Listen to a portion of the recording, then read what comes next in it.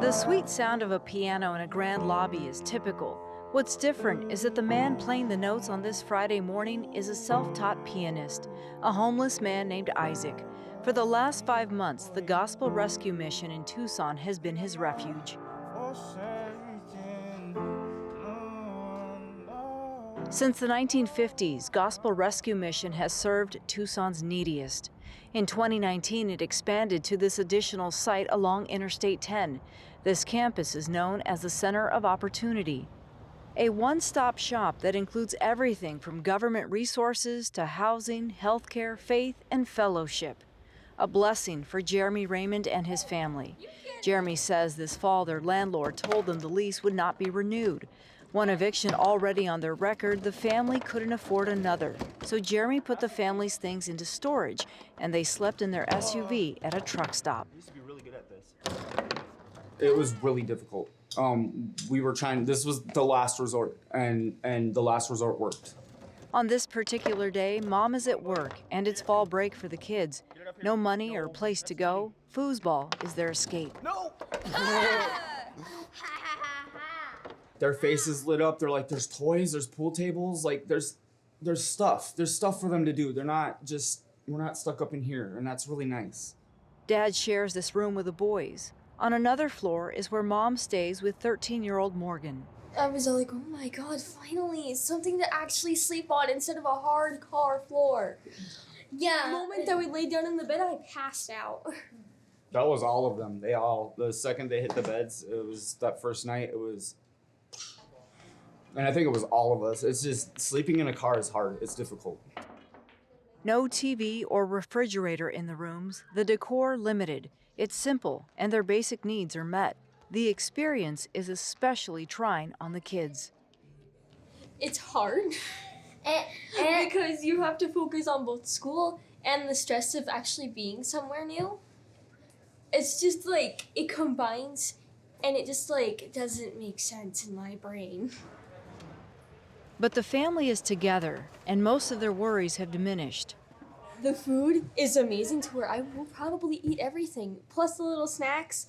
One day they had pumpkin pie, and I just like devoured the whole entire thing. During the pandemic, Gospel Rescue Mission met the increase in needs.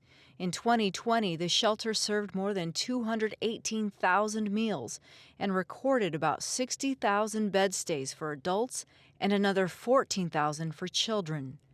Leading the charge is Lisa Chastain. It's been a labor of love for her family since the beginning in 1953. Our goal is for those people that really want to end homelessness out of their life, that they can come here and there's no excuses not to. So we're not a one-size-fit-all place, you know. We do have requirements for you to get here. You have to be able to take care of yourself.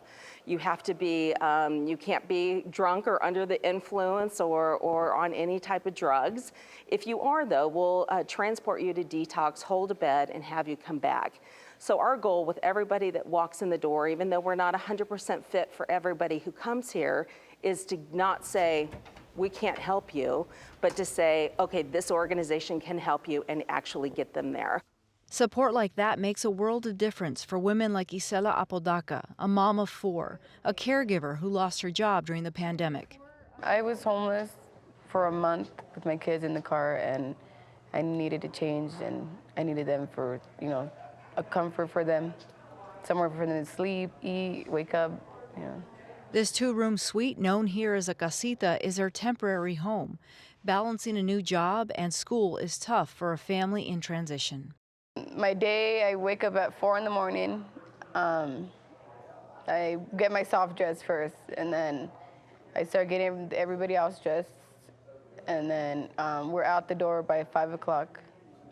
And then I stop at the gas station to get them some food or, you know, little snacks before they go to daycare, and then I drop them out of daycare, and then I clock in at work at 6 a.m., and then I come back at 2 p.m., I do community service, and then for like 2 or 3 hours, and then at 4 o'clock I go and pick everybody up, and then they come, they change their clothes, they put their backpacks away, and then they eat their dinner, And then they just hang out in this area and they play for a little while, and then it's time to go to sleep. Every guest here is expected to volunteer and utilize services like workforce development, though permits to leave are granted for work, school, or other appointments. Attorney services, maybe they don't have their ID, maybe they need medical services, dental services, government benefits, all of those things that are hindrances from them moving forward. We provided the solution here. We built this place based on relationships, right? People are out and they're homeless and they become hardened. Their value system is lying and cheating and arguing. And so this is a place where we try to rebuild their value system. You know, and the only way for us to be able to help them initially is for them to trust us. This is one of the few shelters that supports men, women, and children at one location. Though some guests are felons, sex offenders are not permitted. More than 300 cameras and 70 staff monitor the site. Safety is our #1 priority. Safety in our guests, safety for our staff, safety for the volunteers. After living on the streets, that peace is welcome for 50-year-old Johnny Allen.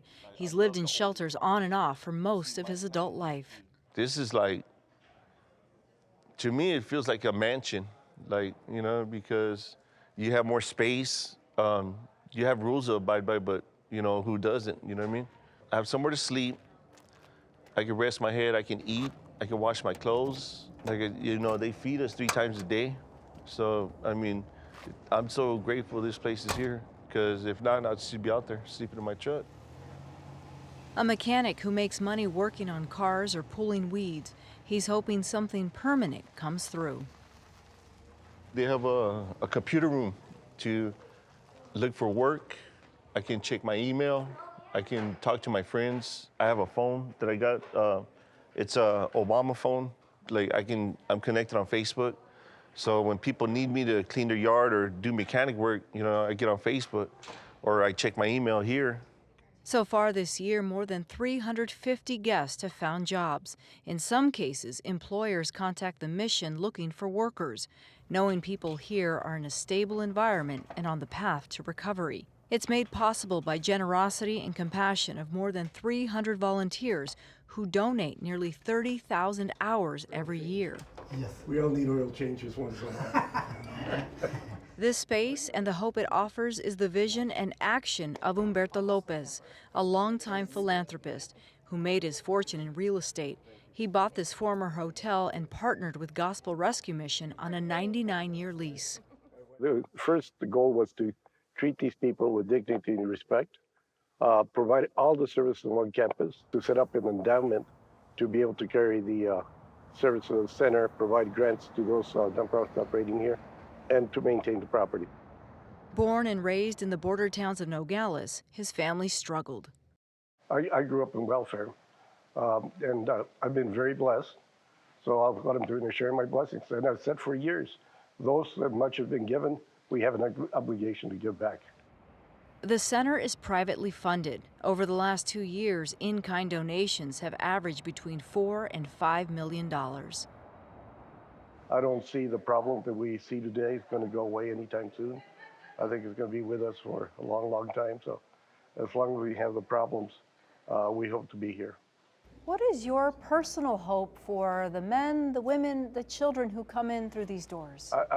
My hope is for them to get well, to go out again as productive citizens of the community, and live a normal life as opposed to the lives they're living right now.